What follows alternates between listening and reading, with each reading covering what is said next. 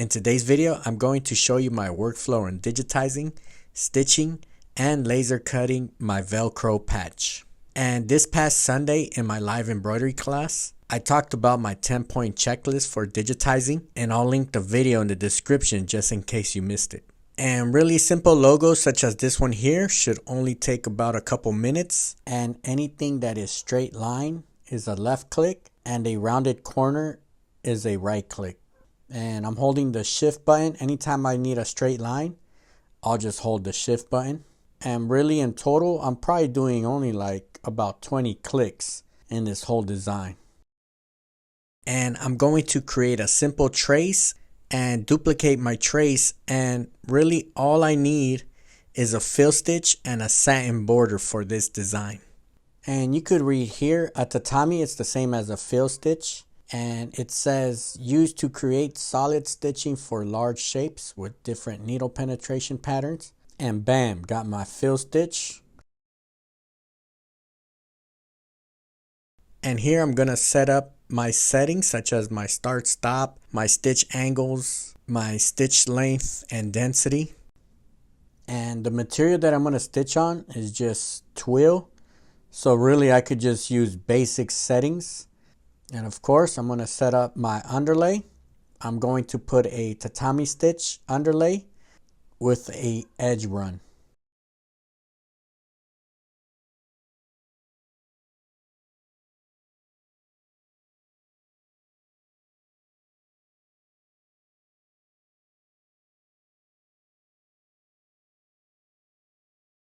And for the border, I want to make sure that it's going to cover the bottom fill stitch to avoid any gaps. And for my satin stitch, I'm going to put a center run with a zigzag underlay. And very important right here, I'm going to also add a final offset single run stitch, and that's going to be used to secure my Velcro at the very end. And when I create this offset, I'm just using the offset tool, and I want to make sure it's riding real close to the satin border. And we can let the preview run, and here I'm just checking, making sure everything is moving as planned. So we got that underlay, so you can see the underlay going in, and then we have the regular stitch. And like I said in my live, the underlay, that's the meat and the bones of our stitch, just so it holds its shape and it doesn't get all wonky. Then we'll finalize it with the sand stitch. Once everything looks good, once everything looks like it's in order, we can confirm the file, save it on the USB, and we send it out to the machine. All right, everything looks good. Let's stitch this out. And of course, with the power of fast motion, we'll let it run. So everything is lining up good and everything looks exactly as planned.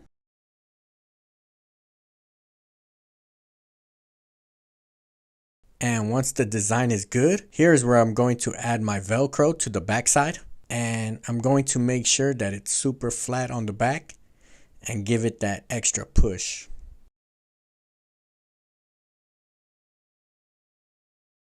And this is the final run stitch that's going to hold and lock down the Velcro.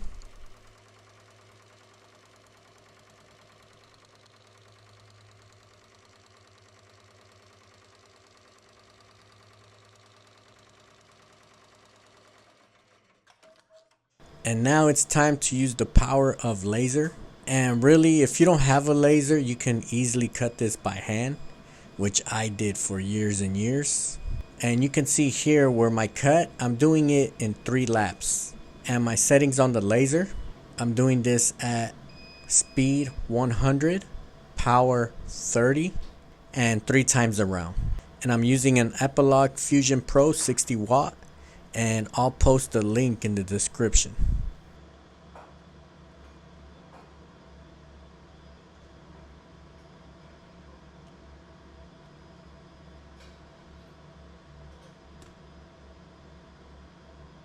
And with a good punch out, it easily comes off nice and clean. And bam, we are looking good to go. And even though I have a Mero machine, there are some designs that are not Mero machine friendly. So using a laser makes the final product super clean. And just a heads up, in my next embroidery class, we are diving deep into patches. So make sure you tell a friend, and I'll see you on the next one. Peace out.